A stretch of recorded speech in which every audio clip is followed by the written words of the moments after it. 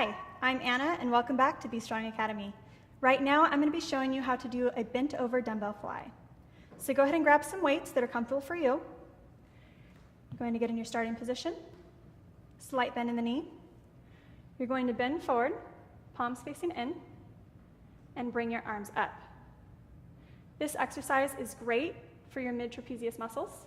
It's really going to work your upper back.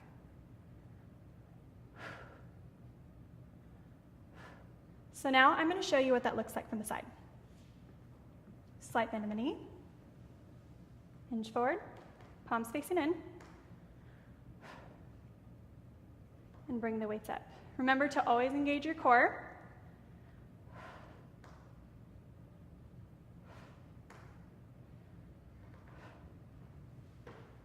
And that was the bent over dumbbell fly.